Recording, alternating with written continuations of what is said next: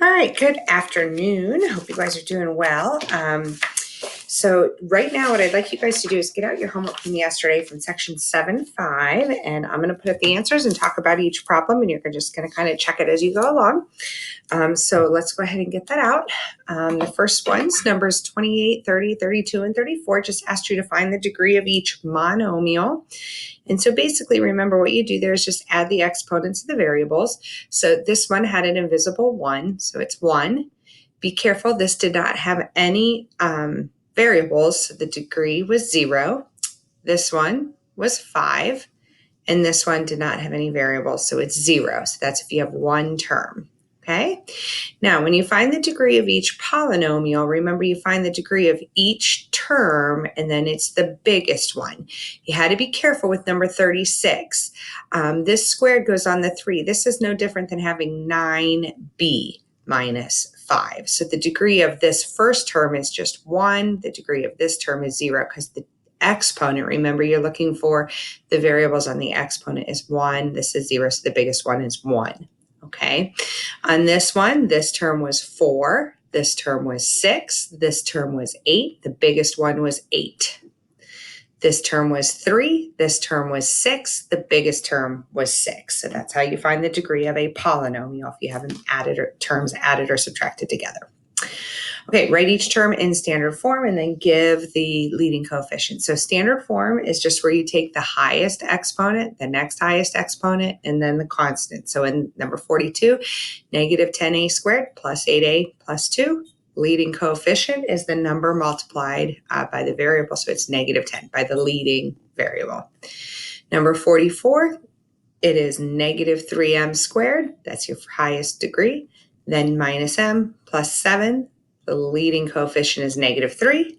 Number 46, it is negative n squared minus 2n plus 1 in standard form. There's an invisible 1 right here, so your leading coefficient is negative 1. And then number 48 is 12s, this should be to the third, sorry, 12s to the third plus 3s squared plus 6. Your leading coefficient is 12. Okay. All right, what's next? Hey, girl, I'm sorry, my dogs are in the office with us. So, okay, number 50, classify each polynomial according to its degree and the number of terms. So on this one, the first thing I said is I have one term and the degree is 0, so it's a constant monomial. Here I had 3 terms and the degree is 3, so it's a cubic trinomial. This one, I have 2 terms and the degree is 2, so it's a quadratic binomial. This one, the degree is 3, and I have 3 terms, so it's a cubic trinomial. Remember the number of terms. If you have 1 term, it's a monomial. 2 terms, binomial. 3 terms, trinomial. When you're looking at the degree, if it's 0, it's constant. If it's 1, it's linear. 2 is quadratic. 3 is cubic. 4 is quartic. 5 is quintic. After that, it's just 6th degree, 7th degree, and so on. Okay, this one, the polynomial gives us the estimate for stopping distance in feet for a car whose speed is v miles per hour on flat, dry pavement. What is the stopping distance for a car that is traveling 30 miles per hour? So if you're going 30 miles per hour, you just plug in 30 for v and 30 for v, and I just typed it in my calculator and got 196.65 feet. Tell whether each statement is sometimes, always, or never true. A trinomial is a third degree polynomial. So that means if it has 3 terms, it has to be a third degree. And that's sometimes. It might look like this, x to the third plus x squared minus 1. That's a third degree trinomial, but it doesn't have to be x squared minus x plus 1. A polynomial has 2 or more terms. And again, that would be sometimes, because here it has 3 terms and here it has only 1. So it could have 2 or more. It might only have 1. And then the last couple here, give an example of each type. So these are just possible answers. I'll talk about what we have to look for in your answer. Number 68, for it to be a linear binomial, first of all, you have to have two terms. And the other thing you have to look for is that your degree, the highest degree, is 1. So you have, whatever, x to the first plus or minus whatever. Now, I didn't mean to do that. A cubic monomial. So whatever you have one term and it's raised to the third power, x to the third power. So whatever it is, x to the third power. A 12th degree trinomial. So you have to have a leading term of x to the 12th, and you have to have 3 terms total. So 12th degree trinomial. All right. Okay, so that was it for the homework. It was pretty simple. Hopefully you did pretty well on that. So what we're going to do now is we're going to go ahead and take a look at our notes. So you should have your guided notes at this point. If you don't, get them from the sub. But at this point, you should have your guided notes for section 7-6. And as always, follow along and fill in the notes as you're listening to the video, okay? So adding and subtracting polynomials is super, super easy. It's just like adding and combining like terms, okay? So it says, just as you can perform operations on numbers, we can perform operations on polynomials. To add or subtract polynomials, you simply combine like terms. Don't forget that like terms are constants or terms with the same variables raised to the same powers, okay? So we did this back in chapter 1. So add or subtract. So the first one we see here, the only difference that we're going to have now is that our answers have to be written in standard form, because now we know standard form. So if you have one variable, we only have standard form if you have one letter, like we do here, p. We have just a p. So we have 12p to the third plus 8p to the third. So that's 20 p to the third, and then bring down the plus 11p squared, and you're done. That's all you can do. Okay, B, once again, putting together your like terms. I'm looking here, I start with my highest variable first. I have 5x squared. I can't put that with anything, so I just bring it down. Now I'm not going to go to -6. I'm going to go to my next highest degree, which is -3x, because I have to have my answer in standard form. And now I go to -6 and +8. That gives me +2. So the only difference between when we did these in chapter 1 and now is in chapter 1, I let you have 5x squared plus 2 minus 3x. And it drove me crazy, but I let you do it. Now we talk about standard form, 5x squared minus 3x plus 2. Okay? All right, this one, since we have 2 letters, there is no such thing as standard form when you have 2 letters. So you just, we can just work from left to right. So I'm looking here and saying 10m squared n plus 4m squared n. Well, they ended up all being like terms anyway. So we're just going to add 10 plus 4, that's 14. And 14 minus 8 is 6m squared n. I had the exact same variables with the exact same exponents, so I was allowed to put them all together. Okay.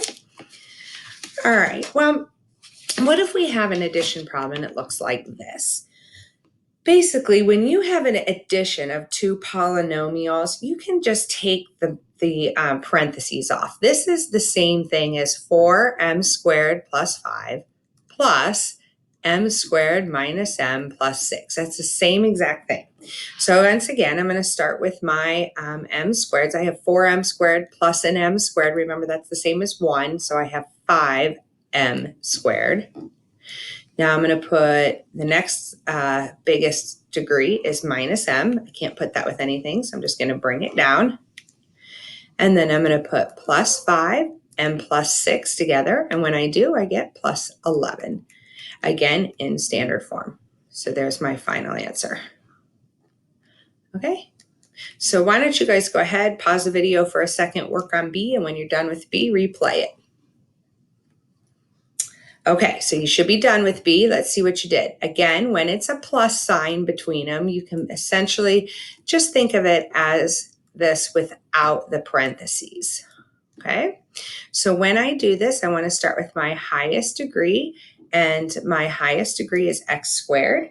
So I have 6x squared plus 3x squared, that's 9. 9 minus 8 is 1, so I have 1x squared, or just x squared.